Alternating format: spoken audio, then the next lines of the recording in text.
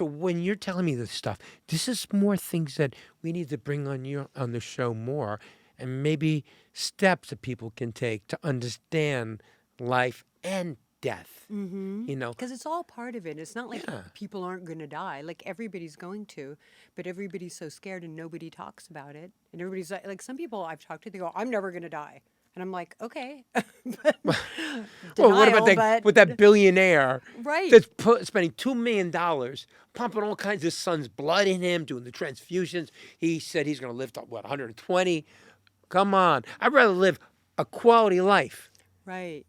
It's so funny. Sometimes I know it may sound terrible when I see these guys that hunched over like this, could barely walk. I go to my brother, listen, Vic, if I ever look like that, put a pillow over my head, put me That's to what I sleep. said. Yeah. I don't want to be living life miserable like that. You You know what I want mean? aliveness, you want quality of a life, you want to Right. feel like vital. And that's if you're not, then what's the point, kind of?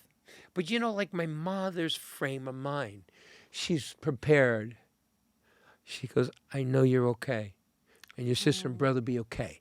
oh. She said, I live for you, children. And so I love what you're doing, and there's something I wish more people would do. Because, if you go to YouTube and all these other platforms, nobody's talking about this stuff. Preparing for the end of your journey. Mm-hmm. And so you're not driving yourself crazy because, like, people are obsessed wanting to live 10 years longer or 20 more years longer. They're so stressed to try to figure, well, if I drink this alkaline water or I take this green drink or if I take this injection of peptide or I do this Then stem they could cell walk out in front of a bus and get hit by a bus and and they're then, like, I took my stem cell. Oh, the bus hit me. It's like you can't, it's like stuff yeah. happens. Or you're in a plane and there's a plane. Like you can't, you can do as much as you can. But for me, it was like, it was so beautiful on the other side. And I actually helped my dad cross over when he died. Oh, And it was so beautiful. It was like the most beautiful experience of my life. And I've said to people, I'm like, if you can be there when people you love die, like, and see the beauty in it, it's so incredible and so touching.